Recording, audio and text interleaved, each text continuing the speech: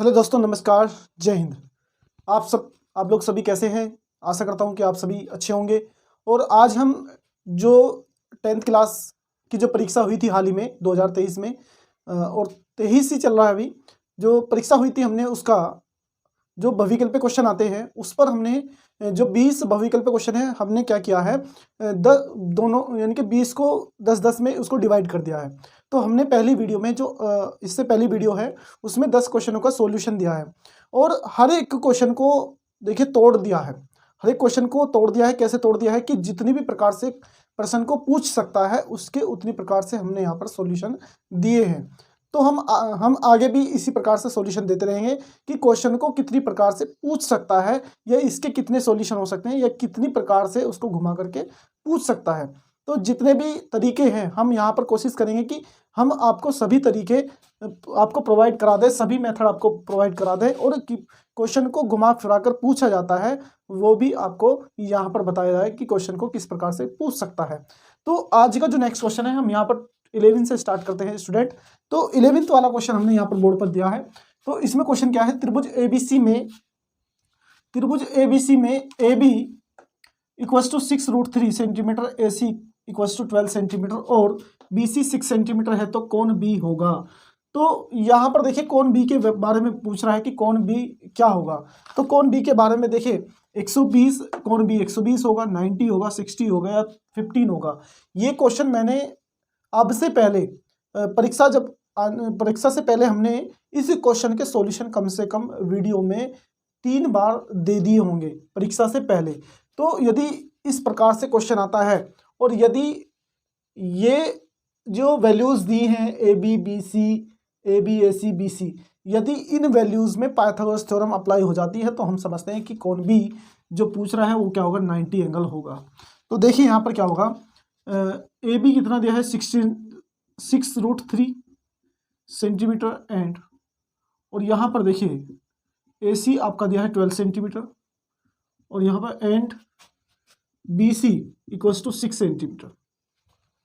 हमें ये 3 ट्राइंगल की क्या दी है, साइड दी है और इन साइड में यदि पाइथागोरस थ्योरम अप्लाई हो जाती है तो हम समझते हैं कि कौन बी जो एंगल बी होगा वो 90 एंगल होगा, मीन्स राइट एंगल होगा। तो यहाँ पर ऑप्शन आपका बी होता है। चेक कर लेते हैं क्योंकि मुझे इसका क्वेश्चन का आंसर इसलिए पता है क्योंकि अब से पहले परीक्षा से पहले मैंने ये 3-4 बार करा दिया है। तो देखिए यहाँ पर जो सबसे बड़ी साइड होती है हम उसको क्या करते हैं, एक ट्राइंगल है, सपोज दैट एक ट्राइंगल है, हम इसको बना ही लेते हैं ट्राइंगल। कौन बी के बारे में पूछ रहा है स्टूडेंट, यहाँ पर ए बी सी, तो हमने ए बी सी को साइड मान ली है और अकॉर्डिंग टू क्वेश्चन के, ठीक है। तो यहाँ पर ए सी कितना दिया है 12 सेंटीमीटर, बी सी कितना दिया है 6 सेंटीमीटर और ए बी आपका 6√3 सेंटीमीटर। तो ये चीज़ें हमें दी है तो इनको देखते हैं। अब पाइथागोरस थ्योरम यदि अप्लाई हो जाती है तो हम समझते हैं कि ये एंगल बी क्या होगा, राइट एंगल होगा। तो पाइथागोरस थ्योरम क्या होती है, कर्ण का वर्ग मीन्स ये हाइपोटेनस में इसे कर्ण भी बोलते हैं और ये बेस मीन्स आधार का वर्ग प्लस लंब मीन्स परपेंडिकुलर का वर्ग स्क्वायर।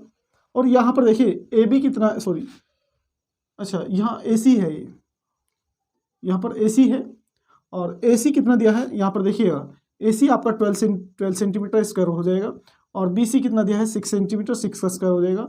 और यहाँ पर ए बी कितना दिया है स्टूडेंट, यहाँ पर ए बी दिया है 6√3 का होल स्क्वायर। देखिए 12 का स्क्वायर क्या होता है 44 होता है, 144, और यहाँ पर 6 का 36 और यहाँ पर 6 का 36 और √3 का 3 होता है, इक्वल्स टू 36 प्लस 3 6 18, 1 3 3 9 और 1 10। इन दोनों को आप ऐड करेंगे तो 144 ही आता है। और यहाँ पर देखिए लेफ्ट में भी 144 है और राइट में भी 44 है। यदि यहाँ पर Pythagoras theorem apply means satisfy हो जाती है, यहाँ पर सेटिस्फाई हो जाती है पाइथागोरस थ्योरम, तो हम समझते हैं जो एंगल बी हमने यहाँ पर लिया है वो क्या होगा, राइट एंगल होगा। तो ऑप्शन आपका बी होता है, तो आप इसे नोट करेंगे।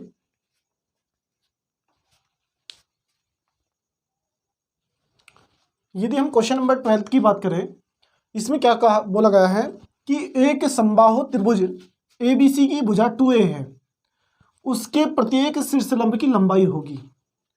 तो देखिए यहाँ पर triangle ABC is an equilateral triangle of side 2a, the length of each of it is altitude will be. तो इसमें पूछ रहा है कि प्रत्येक शीर्ष की लंबाई पूछ रहा है। मतलब कहने का मतलब यहाँ पर ये है कि उसमें जो एवरी एल्टीट्यूड है उसकी लेंथ पूछ रहा है। तो यहाँ पर मैं आपसे बता दूं, जब एक इक्विलेटरल ट्रायंगल होता है, मीन्स समबाहु त्रिभुज होता है, समबाहु त्रिभुज की देखिए इसकी खास बात क्या होती है इक्विलेटरल ट्रायंगल की, ABC की, इसकी एक विशेष खास बात ये होती है इसमें तीनों साइड इक्वल होती हैं, तभी हम इसको बोलते हैं इक्विलेटरल ट्रायंगल, मीन्स समबाहु त्रिभुज। ठीक है, और इसमें क्या एक खास बात और क्या है, इसका जो प्रत्येक कोण होता है, प्रत्येक एवरी एंगल इज क्या होता है 60 होता है, प्रत्येक एंगल क्या होता है 60 होता है।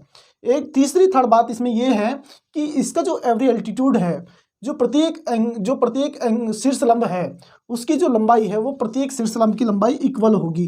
तो हम इसमें प्रत्येक शीर्षलंब नहीं ड्रा करेंगे, केवल एक शीर्षलंब खींचेंगे और वो जितने भी शीर्षलंब होंगे उसमें वो सभी के इक्वल होगा।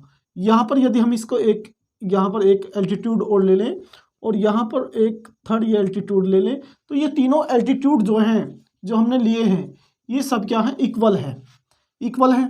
तो हमें केवल और केवल वह एक एल्टीट्यूड की लंबाई लेंथ निकाल लेंगे और सभी उसके इक्वल हैं, तो केवल और केवल एक एल्टीट्यूड की लेंथ निकाल लेते हैं। यहाँ पर देखिए इसने बोला है कि क्या है, जो समबाहु त्रिभुज है उसकी प्रत्येक भुजा कितनी है, प्रत्येक एवरी साइड कितनी है 2a है। तो ये भी पूरा 2a है और आप देखेंगे यहाँ से यहाँ तक भी ये भी 2a है, ये भी आपका 2a हो गया यहाँ से यहाँ तक। और बात करें इसकी, ये आपका जब हम किसी शीर्षलंब से थर्ड साइड पर क्या डालते हैं एल्टीट्यूड, मतलब यहाँ पर एल्टीट्यूड डालेंगे क्योंकि इक्विलेटरल ट्रायंगल है, तो यहाँ से ये वाली लेंथ और ये यहाँ से लेंथ ये दोनों इक्वल हो जाएगी क्योंकि यहाँ पर क्या है 2a है, तो एंगल ये लेंथ ये a है और ये भी a होगी, तो दोनों लेंथ इक्वल होगी। केवल और केवल हमें एल्टीट्यूड की लेंथ निकालनी है। यहाँ भी आपकी पाइथागोरस थ्योरम अप्लाई होती है। स्टूडेंट देखिए पाइथागोरस थ्योरम का कितना बड़ा रोल होता है, तो इसको हल्के में ना ले। तो यहाँ पर देखिए मैं इसको लिख रहा हूँ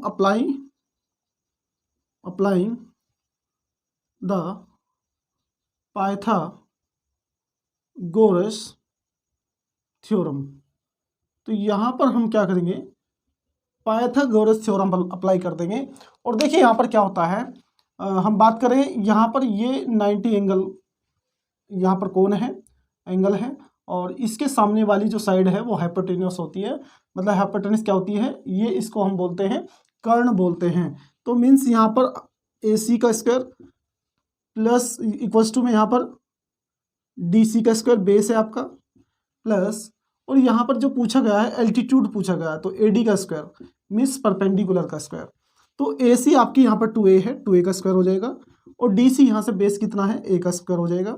और एल्टीट्यूड यहाँ पर हमसे पूछा है, क्या पूछा है दोस्तों, यहाँ पर हमसे एल्टीट्यूड पूछा है।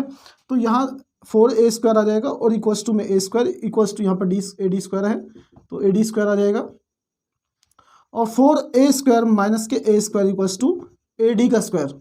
आप देखेंगे यहाँ पर कितना आ जाएगा AD का square equals to 4a square में से माइनस के 1a स्क्वायर कैंसिल यहाँ पर चला जाएगा तो 3a स्क्वायर आ जाएगा। और AD यदि स्क्वायर राइट साइड जाती है तो वो क्या बना लेती है वो रूट बना लेती है बराबर वाली संख्या के ऊपर।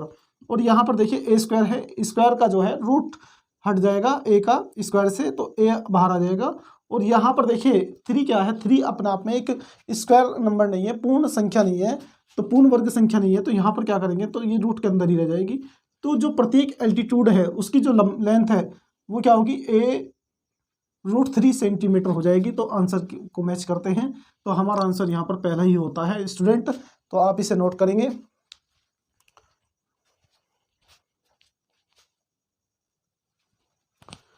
देखिए स्टूडेंट यहाँ पर 13 क्वेश्चन क्या है, ये क्वेश्चन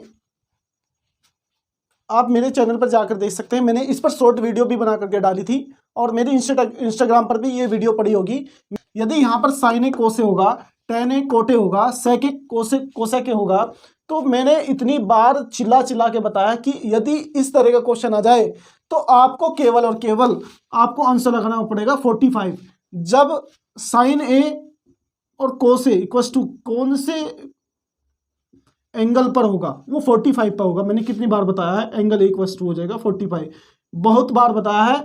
अब अगर यदि यहाँ पर साइन ए कोस ए ना आता, यदि यहाँ पर टेन ए कोट ए आ जाए, तब भी यहाँ पर एंगल ए क्या हो जाएगा 45 ही होगा। और यहाँ पर मैंने बताया था यदि सेक ए और इक्वस टू में कोसेक आ जाए, क्या आ जाए कोसेक आ जाए, तो यहाँ पर देखिए मैंने आपको बताया था केवल एंगल ए 45 पर ही होगा। चिल्ला कर बताया था कि यहाँ पर जो है यदि साइन ए बराबर कोस ए होगा तो वो केवल 45 पर होगा।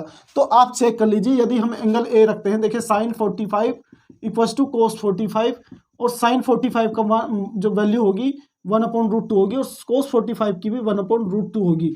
तो दोनों केवल जब भी ये इक्वल होंगे केवल एक कंडीशन पर होंगे, एंगल यदि आपका 45 है तो ये दोनों इक्वल्स होंगे। तो कई बार मैंने बताया, तो आपका ऑप्शन होता है सी। तो आप इसे नोट करेंगे, और यदि ये भविष्य में ये भी आ सकते हैं एग्जाम में, तो आप 45 ही आंसर लगाएंगे। यदि इक्वल है दोनों तब इस कंडीशन पर लगाएंगे। ठीक है, तो नेक्स्ट क्वेश्चन पर चलते हैं। तो स्टूडेंट यहाँ पर ये जो क्वेश्चन है 14, ये भी मैंने काफ़ी बार क्वेश्चन कराया है। ये तो यहाँ पर हमारा क्या है, मैंने साइन 2 थीटा वाला भी कराया है, tan 2 थीटा वाला भी कराया है, कोस 2 थीटा वाला भी कराया है। यदि देखिए यहाँ पर मैंने क्या कराया था, किस प्रकार से मैंने कराया था, यदि एंगल बराबर कितना भी दे दे 30 दे दे, तो यहाँ पर देखिए यहाँ पर tan स्क्वायर ए 2 tan स्क्वायर ए 1 माइनस tan स्क्वायर ए, तो यहाँ पर इसकी वैल्यू क्या होगी नंबर 1। और दूसरा क्या करवाया था 2 tan square A upon 1 plus tan square A, और यहाँ पर तीसरा क्या कराया था 1 माइनस tan स्क्वायर ए अपॉन 1 प्लस tan स्क्वायर ए। तो मैंने इस प्रकार से क्वेश्चन कराए थे। यदि आपको यकीन नहीं आता है तो वीडियो को मेरी जितनी भी वीडियो पड़ी है अभी तक की उसमें देख सकते हैं। मैंने कई बार बताया कि ये क्वेश्चन बहुविकल्प में पूछे जा सकते हैं, और ये पूछे भी गए हैं। तो यहाँ पर देखिए, यदि हम देखिए यहाँ पर ये क्वेश्चन है, और यदि ये क्वेश्चन की बात करें, यदि देखिए मैं एक बार क्वेश्चन को चेक कर लेता हूँ। 1 प्लस tan स्क्वायर है, इस प्रकार से क्वेश्चन मैंने बताए थे, और यहाँ पर भी थोड़ा सा चेंज है, लेकिन मैंने इस तरह के क्वेश्चन बताए। तो यहाँ पर ये आपका फॉर्मूला होता है tan 2 थीटा का 2a का, और ये आपका फॉर्मूला होता है sin 2a का, और ये फॉर्मूला होता है आपका cos 2a का। तो यदि बात करें tan 2a 2 इंटू a कितना 30, तो tan 60 हो जाएगा। और बात करें साइन, यहाँ पर 2a की वैल्यू कितनी 30, तो यहाँ पर भी साइन 60 हो जाएगा, और यहाँ पर 30, यहाँ पर भी cos 60 हो जाएगा। तो इस तरह के क्वेश्चन पूछे जा सकते हैं। और tan 60 की वैल्यू होती है √3, sin 60 की वैल्यू होती है √3/2, और cos 60 की वैल्यू होती है 1/2। तो इस तरह के क्वेश्चन भी पूछे जा सकते हैं। तो यहाँ पर देखिए वो इसने क्या कहा है, if a equals to then the value of 1 plus tan square A और अपॉन 1 प्लस कोट स्क्वायर है। यहाँ पर देखिए कोट है, कोट स्क्वायर है इस, और विल भी देखिए यहाँ पर इस तरह के क्वेश्चन पूछे गए हैं। यदि मैं बात करूं यहाँ पर 1 प्लस tan स्क्वायर क्या होता है, पहले तो फॉर्मूला ही पता होना चाहिए।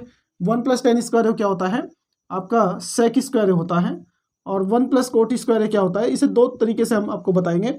1 प्लस कोट स्क्वायर होता है कोसेक स्क्वायर, और यहाँ पर देखिए 1 प्लस सेक स्क्वायर क्या होता है, वो upon cos square upon cos square A, और ये होता है 1 साइन स्क्वायर ए। तो हम इन चीज़ों को पता होना चाहिए इन चीज़ों का। और बात करते हैं इसकी, तो हम इसे 2 टाइप से कराएंगे। पहला फर्स्ट मेथड क्या है, देखिए यदि हम इसका सॉल्यूशन देखें, यहाँ पर first method 1 plus tan square A और 1 प्लस कोट स्क्वायर ए। यदि हम बात करें 1 प्लस tan, देखिए यहाँ पर वैल्यू कितनी है tan ए, तो tan ए की वैल्यू कितनी 30 का स्क्वायर, और नीचे 1 प्लस कोट 30 का स्क्वायर, क्योंकि यहाँ पर स्क्वायर है तो हम इसका स्क्वायर ऐसे लिख सकते हैं। तो दूसरा यहाँ से देखिएगा थोड़ा, हमने tan 30 का वैल्यू पढ़ी है 1/√3, और कोट 30 की वैल्यू क्या पढ़ी है हमने, जो tan 30 की वैल्यू है वो कोट 30 का क्या हो जाएगा, देखिए जो tan 30 की वैल्यू है वो कोट 60 की वैल्यू है, जो tan 60 की वैल्यू है वो कोट 30 की है। तो यहाँ पर जो कोट 30 की वैल्यू होगी वो √3 होगी, इसका स्क्वायर कर देंगे, और यहाँ पर भी इसका स्क्वायर आ जाएगा क्योंकि यहाँ पर स्क्वायर है। ठीक है, तो आप यहाँ पर देखिएगा थोड़ा सा, यहाँ पर क्या हो जाएगा 1 प्लस 1 का स्क्वायर 1 ही होता है, और √3 का 3, आप देखेंगे 1 का स्क्वायर 1, सॉरी यहाँ पर 1 है, और 1 प्लस √3 का कितना आ जाएगा 3 आ जाएगा। आप बात करें इसकी 3 × 3 प्लस 1/3, और यहाँ से 1 और 3 कितना आ गया 4। बात करेंगे 4/3 इंटू 4, 4 × 4, 4 से 4 कैंसिल, तो 1/3। तो हम ऑप्शन की बात करते हैं, ऑप्शन हम लिखना भूल गए थे, कोई बात नहीं, तो ऑप्शन देते हैं हम क्या क्या है। तो इसमें ऑप्शन है 14वें क्वेश्चन का यहाँ पर 1/3 आया है। तो ए ऑप्शन है आपका यहाँ पर 4/3, बी ऑप्शन था यहाँ पर -1 और सी ऑप्शन होता है आपका 3 और डी ऑप्शन होता है जो हमारा आया है 1/3। तो एक मेथड तो हमारा यहाँ पर ये होता है। और दूसरा क्या है, देखिए दूसरा मैं आपको बता दूँ थोड़ा सा। यहाँ पर सेकंड मेथड क्या है, सेकंड भी देख कर चलिए। यहाँ पर देखिए हम क्वेश्चन को हर प्रकार से करना चाहते हैं, जितने भी टाइप्स हैं। देखिए 1 + tan स्क्वायर ए और नीचे 1 + cot स्क्वायर ए, बहुत अच्छा क्वेश्चन है। और 1 + tan स्क्वायर ए जैसे कि हमने बताया कि ये होता है सेक स्क्वायर ए, यहाँ पर सेक स्क्वायर ए होता है।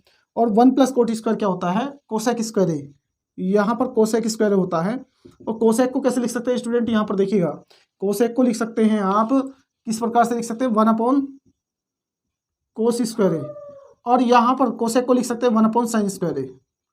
और यदि मैं इसको लिखना चाहूँ तो ये ऊपर चला जाएगा sin स्क्वायर ए अपॉन cos स्क्वायर ए। आप देखेंगे ये हमारा हो गया tan स्क्वायर ए। और ए की वैल्यू कितनी स्टूडेंट, यहाँ पर ए की वैल्यू है आपकी 30, तो यहाँ पर 30 रख देंगे, स्क्वायर ऊपर होल स्क्वायर कर देंगे।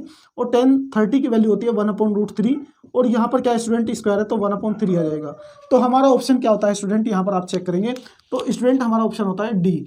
तो यहाँ पर छात्रों हमने एक क्वेश्चन को आपको दोनों तरीके से दिया, जैसे भी आपको अच्छा लगे वैसे आप कर सकते हैं। तो चलिए नोट करिए। देखिए यहाँ पर क्वेश्चन क्या है, क्वेश्चन नंबर 15 यहाँ पर स्टूडेंट, यदि एक गोले की त्रिज्या को दुगना कर दिया तो उसके पृष्ठीय क्षेत्रफल में होने वाली प्रतिशत में वृद्धि होगी। तो यहाँ पर देखिए if the radius of a surface is double, यदि उसके पृष्ठीय क्षेत्रफल को डबल कर दिया जाए, then the increase of percentage, तो क्षेत्रफल में होने वाली प्रतिशत वृद्धि होगी। तो यहाँ पर हमें देखिए सबसे पहले क्या हमें पता होना चाहिए कि जो सरफेस एरिया क्या होता है, स्फीयर का सरफेस एरिया क्या होता है। तो यहाँ पर देखिएगा हम यहाँ पर जो गोले का जो पृष्ठीय क्षेत्रफल क्या होता है, देखिएगा यदि हम इसकी बात करें तो यहाँ पर गोले का पृष्ठीय क्षेत्रफल, तो गोले का पृष्ठीय क्षेत्रफल स्फीयर यानी कि इसका जो पृष्ठीय क्षेत्रफल होगा सरफेस एरिया ऑफ स्फीयर। तो यहाँ पर देखिए सरफेस एरिया ऑफ स्फीयर क्या होगा, आपने पढ़ा होगा इसका जो सरफेस एरिया क्या होता है 4πr² होता है। 4πr² होता है, क्या होता है, जो गोले का पृष्ठीय क्षेत्रफल होता है वो 4πr² होता है।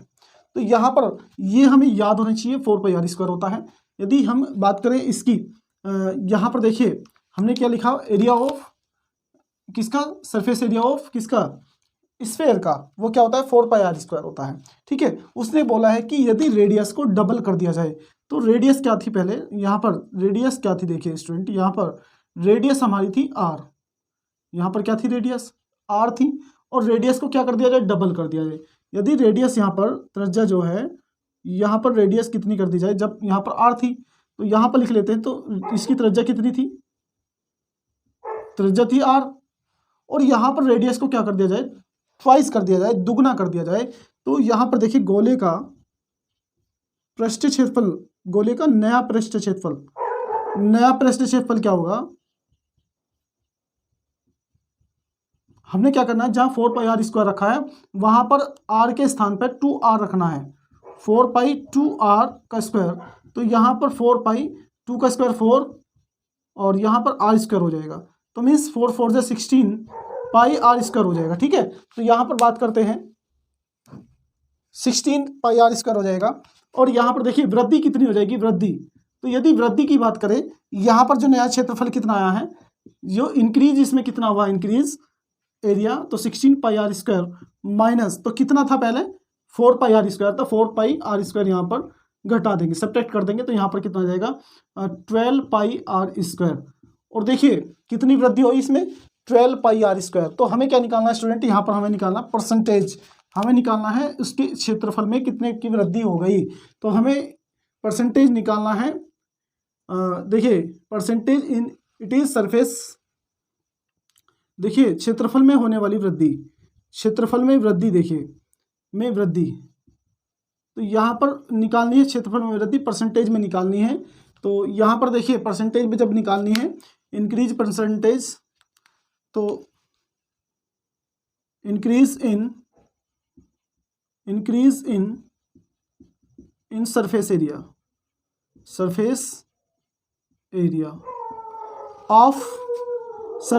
Of sphere. तो यहाँ पर हमें ये निकालना होगा। तो देखिए ज़रा स्टूडेंट, यहाँ पर तो हमें ये कैसे निकालेंगे स्टूडेंट। यहाँ पर क्या होगा, increase in surface area of A sphere, यानी कि क्षेत्रफल में वृद्धि पूछा गया। तो वृद्धि कितनी हुई, इंक्रीज कितनी हुई यहाँ पर 12 पाई आर स्क्वायर।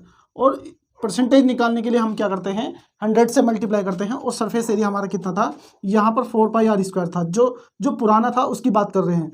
तो पुराना कितना है यहाँ पर 4 पाई आर स्क्वायर। तो यहाँ पर 4 पाई आर स्क्वायर, और 4 पाई आर स्क्वायर से ये 3 टाइम चला जाएगा, और यहाँ से 3 × 100, और बात करते हैं कितना आएगा 300। तो उसके क्षेत्रफल में कितनी वृद्धि हुई, इंक्रीज कितना हुआ उसके, तो परसेंटेज में निकालना था। तो हमारा 300% वृद्धि होगा इसके क्षेत्रफल में। ठीक है, तो हम बात करते हैं क्वेश्चन के आंसर की। तो आंसर हमारा यहाँ पर 300। देखिए यहाँ पर प्रतिशत भी लग रहा है, तो मैं प्रतिशत की बात कर रहा था, तो यहाँ पर प्रतिशत भी लग रहा है। तो हमारा ऑप्शन होता है सी। तो यहाँ पर देखिए मैं आपको बता दूं भविष्य के लिए, यदि किसी भी उसमें प्रतिशत की बात कर रहा है, किसी भी रेडियस की बात कर रहा है, तो उसमें दुगुना कर रहा है तो हमेशा तीन यानी कि 3 गुना आता है, मतलब समझ रहे नहीं है। यहाँ पर यदि 100 होता है तो 300 आ जाएगा। तो स्टूडेंट ये आप थोड़ा सा देख करके चलिए, यदि इस तरह का क्वेश्चन है, यदि डबल कर रहा है तो आपका आंसर 3 में होगा। 3 यहाँ पर 300 होगा तो 3 में होगा, जैसे 100, 200, 400, तो हमारा आंसर होगा 300। तो चलिए दोस्तों, यहाँ पर हम आप इसका स्क्रीनशॉट ले लेंगे। तो स्टूडेंट यहाँ पर हम इस वीडियो को यहीं समाप्त करते हैं, और आशा करता हूँ कि आपको ये वीडियो आपको अच्छी लगी होगी, मेरा पढ़ाया हुआ अच्छा लगा होगा। जो मैंने यहाँ पर आपको कंटेंट दिए, आपको यहाँ पर क्वेश्चन को कराने के तरीके दिए, और मेरा यदि पढ़ाया हुआ अच्छा लग रहा है तो प्लीज़ सब्सक्राइब जरूर करें। यदि आपके कोई मित्र हैं उन्हें भी वीडियो को शेयर करें, और मैं यही आशा करता हूँ। और चलिए, गुड नाइट, शुभ रात्रि।